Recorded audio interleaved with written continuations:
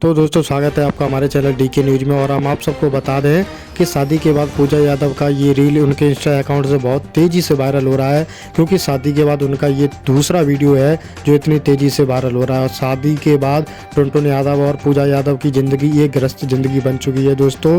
तो दोनों की शादी के बाद दोनों ने साथ में 7 फेरे लेकर वचन ले लिए, लेकिन उससे पहले हम आप सबको बता दें कि ये रील उन्होंने शादी के बाद बनाया हुआ था और शादी के बाद वो फिर गए हनीमून मनाने, तो उनका ये फ़ोटो और वीडियो बहुत तेज़ी से वायरल हो रहा। तो हम आप सबको बता दें कि पूजा यादव अपने देवर के साथ, जो उनका देवर है उसके साथ वीडियो बनाकर डाला था, जो बहुत तेज़ी से वायरल हुआ। और टुनटुन यादव की शादी की बधाइयाँ सभी लोगों ने दी।